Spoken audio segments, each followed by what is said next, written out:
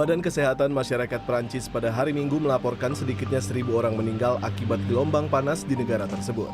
Pemerintah Prancis memperingatkan bahwa angka kematian di lapangan kemungkinan bisa lebih tinggi. Kali ini kita banyak berbicara tentang isu global yang banyak diperbincangkan akhir-akhir ini. Kita berbicara tentang benua Eropa yang saat ini mengalami gelombang panas dan mencapai rekor tinggi sepanjang sejarah.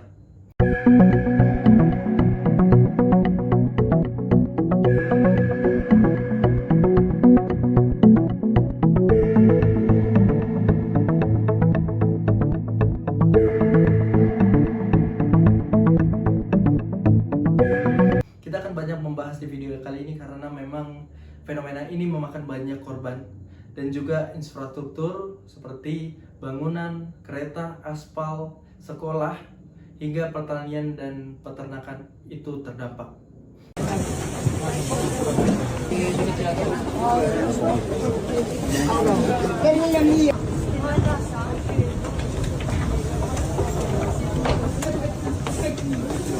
Kita akan mulai dari titik ini.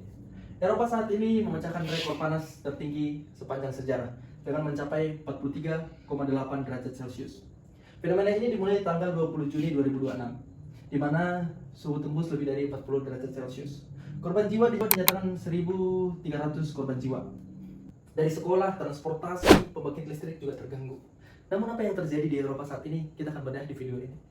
Yang pertama, Eropa memanas dengan cepat. Dari penelitian yang ditunjukkan, sekitar 95% dari wilayah Eropa suhunya meningkat sepanjang tahun.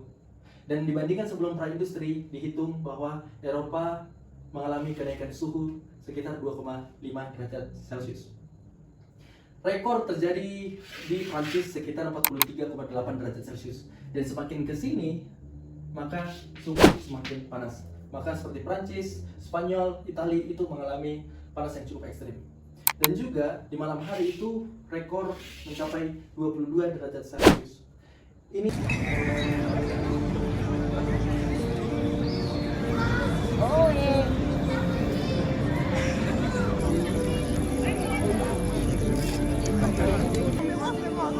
Ini cukup sulit untuk dialami oleh manusia dikarenakan manusia diharapkan untuk dapat istirahat, recovery. Panas ekstrim yang dialami, maka tubuh akan bekerja keras untuk menetralkan suhu tubuhnya. Kita ke poin 2 selanjutnya, yaitu fenomena cuaca. Ada yang dinamakan Omega Block, di mana panas terperangkap di sebuah wilayah tertentu. Jadi Omega Block itu terjadi ketika sebuah panas akan tetap tinggal di wilayah tertentu dalam waktu jangka yang lebih lama. Yang pada dasarnya ketika panas terjadi di wilayah, maka dia akan berpindah ke wilayah lain. Namun ketika terjadi Omega Block, maka panas akan stay di sana. Dan ketika panas terjadi di sana, maka orang-orang akan menderita di dalam waktu yang lebih lama.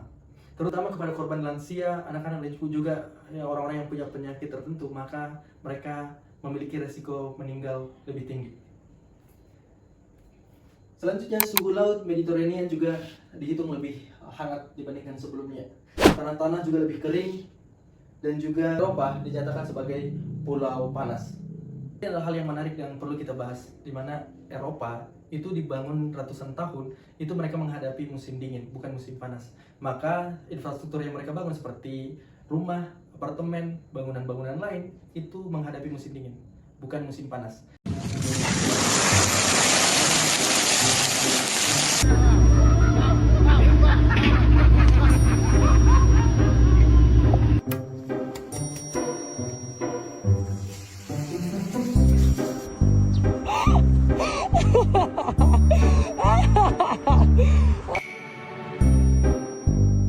Mereka membangun infrastruktur itu menahan panas di dalam sebuah ruangan, bukan menahan dingin.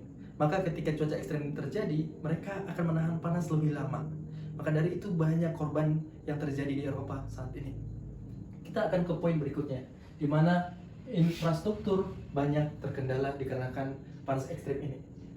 Permintaan listrik meningkat tajam dikarenakan lonjakan pemakaian listrik seperti pendingin ruangan, AC dan sebagainya itu meningkat. Namun di sisi lain pembangkit listrik juga terganggu dikarenakan debit air yang terus menyurut.